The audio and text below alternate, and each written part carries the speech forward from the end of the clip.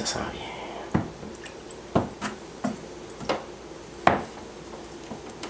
C'est les mêmes caméras, j'utilise les mêmes caméras depuis 30 ans facilement, ils fonctionnent toujours, sont mécaniques.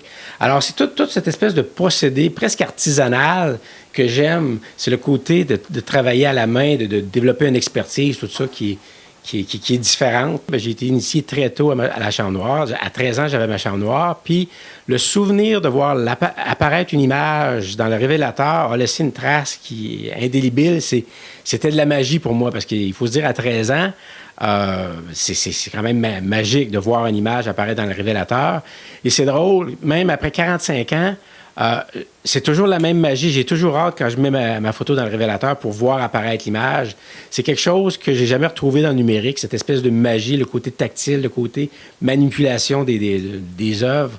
Je pense que avec le numérique, on oublie souvent, on regarde souvent les épreuves sur des écrans, fait qu'on perd la matériabilité de l'œuvre. Tandis que ça, quand on travaille en chambre noire, les épreuves sont humides, il y a un lavage, tout ça, c'est un processus qui est lent, qui est méticuleux, puis ça, je pense que c'est irremplaçable, puis pour moi, j'arrêterai jamais.